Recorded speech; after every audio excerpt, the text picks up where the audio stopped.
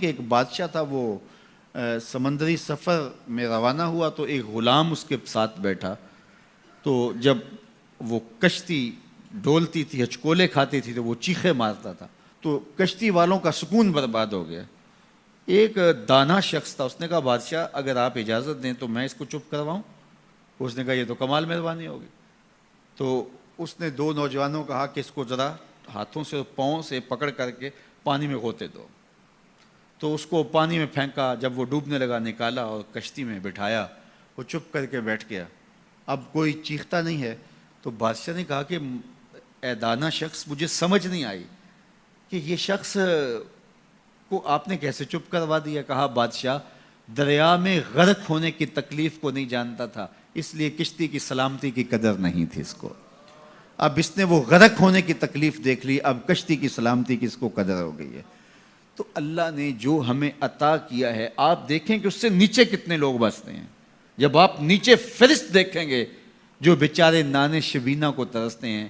اگر مجھے تھوڑی سی تکلیف ہے اور میں جو ہے وہ اس تکلیف میں ناشکری کرنے بیٹھ جاتا ہوں، تو میاں وہ لوگ بھی ہیں جو بیچارے اپنی مرضی سے اپنا ہاتھ بھی نہیں اٹھا سکتے، جن کی عیدیں بھی جو ہیں وہ ہاسپٹل کے اندر گزرتی ہیں، وہ کئی سالوں کے اندر وہاں اذیت میں مبتلا ہیں. جب آپ دیکھیں گے تو کہیں گے مالک میں جس حال میں ہوں اس پہ تیرا شکر ہے. شیخ سعدی فرماتے ہیں میں دمشق کی جامع مسجد میں نماز جمعہ کے بعد نکل رہا تھا تو میرے کسی نے جوتے اٹھا لیے.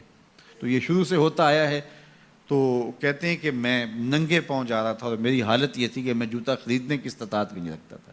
تو میں دل میں شکوہ کناں تھا کہ اتنا بڑا لوگ تجھے امام سمجھتے ہیں اور تیری یہ مالی پوزیشن کہ جوتے بھی نہیں خرید سکتا. تو آگے میں نے دیکھا ایک شخص تھا جس کے پاؤں ہی نہیں تھے اور وہ رینگتا ہوا آ رہا تھا. میں فوراً سجدہ ریز ہو گیا، مالک شکر ہے تو نے پاؤں تو عطا کیے، جوتے آج نہیں تو کل نصیب ہو جائیں گے. تو جو میسر ہے اس کی قدر سیکھو، جو میسر نہیں ہے اس کی جلن میں اپنے آپ کو جلانے کی کوشش نہ کرو، تو زندگی سوکھی ہو جائے گی. یہ ضابطہ میرے حضور نے دیا. انظروا الی من هو اسفل منکم، اپنے نیچے دیکھنے کی عادت ڈالو، تم سکھی ہو جاؤ گے، تم پریشان نہیں ہوگے. لیکن اگر شوق ہو تمہیں اوپر دیکھنے کا تو فرمایا پھر دین میں جو اپنے سے اوپر ہیں ان کو دیکھو. کہ میں تو یار صرف 5 پڑھتا ہوں، یہ تہجد بھی پڑھتا ہے. میں تو صرف رمضان کے فرض روزے رکھتا ہوں اور یہ ہر ماہ نفلی بھی رکھتا ہے. میں تو صرف زکوٰۃ دیتا ہوں، یہ صدقات و خیرات بھی کثرت سے کرتا ہے. یہ لوگوں کے کام بھی آتا ہے، دکھیوں کی مدد بھی کرتا ہے. تو پھر ان کو دیکھو گے تو پھر تمہارے عمل میں قوت پیدا ہوگی. اوپر دیکھنے کا شوق آ جائے تو دین میں جو اوپر ہے ان کو دیکھو، ورنہ نیچے دیکھو. نیچے دیکھو گے زندگی سوکھی رہے گی. اپنی مٹی پہ ہی چلنے کا سلیقہ سیکھو، اپنی مٹی پہ ہی چلنے کا سلیقہ سیکھو. سنگ مرمر پہ چلو گے تو پھسل جاؤ گے. تو زندگی سوکھی کرنے کا طریقہ یہ ہے کہ اپنے نیچے دیکھو اور اللہ کا شکر ادا کرو. تو پھر سنو، میں تو کہتا ہوتا ہوں یہ ٹینشن فری حدیث ہے. سید علی المرتضیٰ فرماتے ہیں حضور نے فرمایا جو اللہ کے دیے گئے تھوڑے رزق پہ راضی ہو گیا، اللہ اس کے تھوڑے عملوں پہ راضی ہو جائے گا. زندگی سوکھی کر دیتی ہے یہ حدیث پاک. تو جو اللہ نے دیا مالک تیرا شکر ہے. یہ تھوڑا کرم ہے کہ تو نے ہمیں انسان بنایا ہے، ہمیں فہم و ادراک کی دولتیں دی ہیں، ہمیں شعور اور خرد عطا کیے ہیں. کتنی مخلوقات ہیں جو سارا دن شدت کی گرمی میں بوجھ اٹھاتی ہیں اور چارہ جا کے جو ہے وہ باہر سے لے رہی ہوتی ہیں.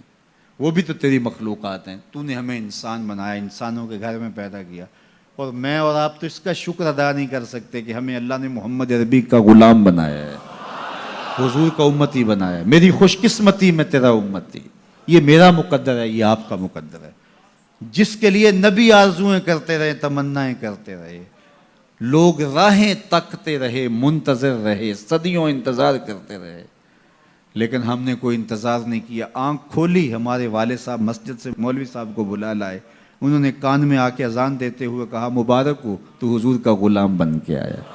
شاہوں سے ملا ہے نہ تونگر سے ملا ہے، اللہ کا عرفان اسی در سے ملا ہے. اوروں کو ملا ہے تو مقدر سے ملا ہے، مجھ کو تو مقدر بھی تیرے در سے ملا ہے.